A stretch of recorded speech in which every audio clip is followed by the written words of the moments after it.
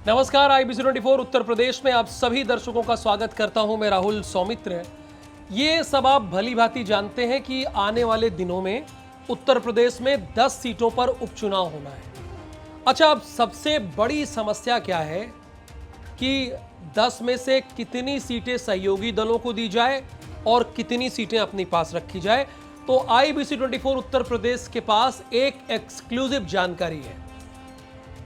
10 सीटों में सबसे बड़ा चैलेंज अगर किसी के पास है तो वो योगी आदित्यनाथ के पास है, क्योंकि इन्हीं दिनों योगी आदित्यनाथ की कुर्सी को चैलेंज किया गया। इन्हीं दिनों कहा गया कि संगठन सरकार से बड़ा होता है, तो जाहिर सी बात है चैलेंज तो है। तो IBC 24 उत्तर प्रदेश को जो एक्सक्लूसिव जानकारी हाथ लगी है उसके अकॉर्डिंग 10 में से 9 विधानसभा सीटों पर कमल का फूल यानी भारतीय जनता पार्टी चुनाव लड़ने जा रही है। यानी चुनाव चिन्ह यहां पर कमल का फूल ही होगा।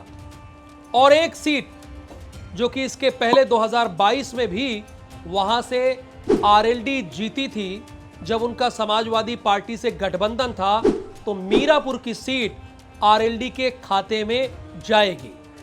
यानी सिर्फ एक ही सीट सहयोगी दलों के पास जा रही है और वो है मीरापुर की सीट, जिसके विधायक अब सांसद बन गए हैं चंदन चौहान। अब सवाल ये है कि अब इन 10 सीटों पर जिस पर उपचुनाव होना है, इसमें पेच कहां फंसा है।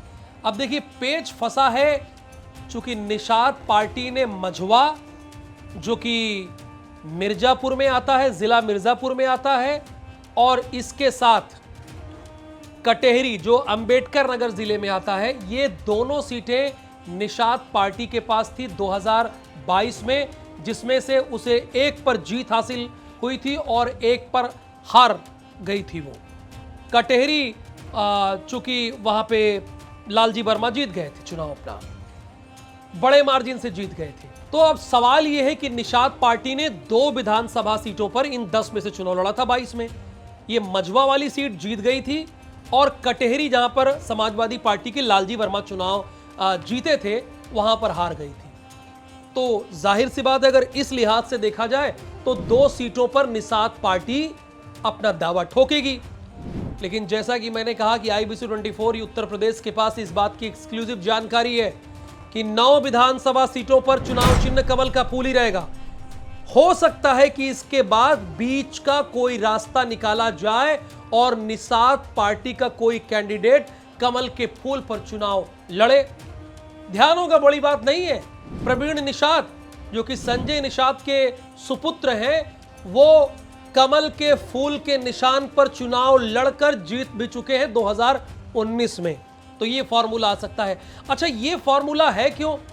देखिए, बीजेपी की तरफ से जो हमारे सोर्सेस कह रहे हैं, उसके अकॉर्डिंग बीजेपी का कहना यह है कि किसी तरह का कोई कंफ्यूजन ना हो चुनाव चिन्ह को लेकर, इसीलिए हम 9 विधानसभा सीटों पर लड़ेंगे। अच्छा, ये तो हो गई जानकारी एक्सक्लूसिव तौर पर एनडीए की। अब बात कर लेते हैं इंडिया की। देखिए, लोकसभा चुनाव में जीत हासिल हुई समाजवादी पार्टी को और कांग्रेस को, बड़ी जीत हुई। भारतीय जनता पार्टी उत्तर प्रदेश में दूसरा बड़ा दल बन गई और समाजवादी पार्टी पहला बड़ा दल बन गई। तो ये दबदबा बनाए रखना तो जरूरी है ना, वरना 2027 में माहौल कैसा बनेगा। और इसके बाद कोई बड़ा चुनाव नहीं है। इन 10 विधानसभा सीटों के चुनाव के बाद जो उपचुनाव हो रहा है, उसके बाद सीधे 2027 का इलेक्शन है। अगर एक आध 2 सीटों पर होगा तो छिटपुट चुनाव होता है, उससे कोई इंपैक्ट नहीं होता। ये इंपैक्ट होगा पूरे उत्तर प्रदेश में। समाजवादी पार्टी इन 10 सीटों में सबसे गजब का प्रदर्शन था, 50%। यानी 5 सीटें ऐसी थी जहां पर समाजवादी पार्टी की साइकिल चली थी। वो 5 सीटें कौन कौन सी हैं? तो पहली तो मिल्कीपुर है, जहां से अवधेश प्रसाद 9 बार के विधायक हैं, अब सांसद हो गए हैं, ये थी। कटेहरी, लालजी वर्मा मैंने बताया समाजवादी पार्टी के पास। अब आ जाइए सीसम और इरफान सोलंकी, ये समाजवादी पार्टी के पास। करहल, अखिलेश यादव जो खुद मुख्यमंत्री के कैंडिडेट थे उस वक्त, वो करहल से जीते थे। अब आ जाइए मीरापुर, यह भी समाजवादी पार्टी और रालोद का गठबंधन था, यानी 6 सीटें आप कह सकते हैं कि यहां पर समाजवादी पार्टी की थी, यह भी रालोद के पास गई थी। कुंद्रकी, यहां पर भी समाजवादी पार्टी जीती थी। तो ये वो 6 सीटें हैं जहां पर समाजवादी पार्टी या इंडिया का गठबंधन इस बार है। अब सवाल यह कि कांग्रेस भी दावा ठोक रही है, भैया कांग्रेस किसी से कम नहीं है, वो उन्होंने लोकसभा में गजब का परफॉर्मेंस दिया है। तो सवाल यह कि अखिलेश यादव कोई एक बार ठगे नहीं गए, कई बार ठगे गए हैं।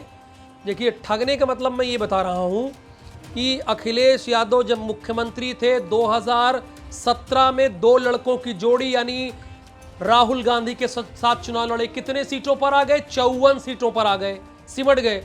अब सोचिए, जो पूर्ण बहुमत पाया हो, 212 के पार हो, 202 चाहिए, वो 54 पे सिमट जाए। उसके बाद मायावती चुनाव लड़ी साथ मिलकर 2019 में।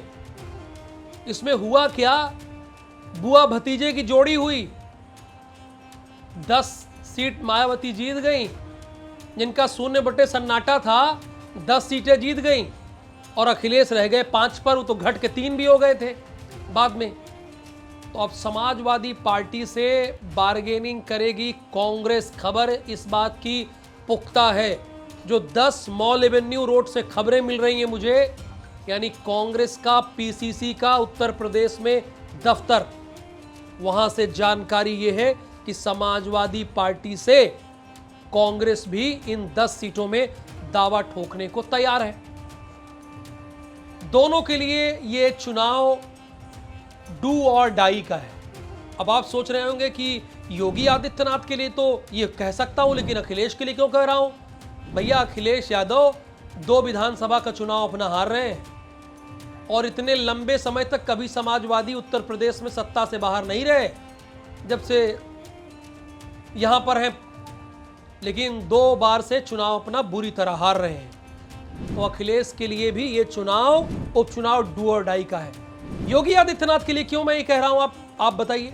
योगी आदित्यनाथ के लिए कहने के पीछे मेरा मंशा ये है, यानी मेरी मंशा ये है कि योगी आदित्यनाथ की सीट को पहली बार चुनौती दी गई। अब आप कहेंगे चुनौती तो दी नहीं गई, खुलेआम डंके की चोट पर, और किसने दिया ये भी आपको पता है। बार बार योगी आदित्यनाथ के आने से पहले कौन बैठक से निकल जा रहा है? जरा एडिटर महोदय उनकी तस्वीर लाइए। हाँ, बिल्कुल यही केशव प्रसाद मौर्य ही तो हैं जो चुनौती दे रहे हैं। तो कुल मिला के यहां पर अब लड़ाई इसकी आ गई है कि इंडिया गठबंधन यानी समाजवादी पार्टी और कांग्रेस, और इधर एनडीए गठबंधन सुभाषपा के साथ निषाद और भारतीय जनता पार्टी और आरएलडी। अच्छा, सुभाषपा चुप रहने वाला नहीं, चूंकि पूर्वांचल में चुनाव है, वो भी दावा ठोक देगा। तो सब कुछ आसान नहीं होने वाला है। हालांकि खबर कुल मिलाकर यह है कि 9 विधानसभा सीटों पर भारतीय जनता पार्टी चुनाव लड़ेगी, और ये हमारे पुख्ता सोर्सेज बता रहे हैं। अब इसके बाद समीकरण क्या बनते बिगड़ते हैं वो आपको अपडेट मैं देता रहूंगा, लेकिन एक काम आपको करना है कि कमेंट कीजिए, बताइए आपकी क्या राय है इस पर। आप लोग जुड़िए, कीजिए IBC 24 उत्तर प्रदेश के साथ पत्रकारिता, लाइक कीजिए, कमेंट कीजिए, क्योंकि यहां पर एजेंडा नहीं, सवाल जहां आपका होगा वहां पर हमारी खबर होगी। धन्यवाद, नमस्कार।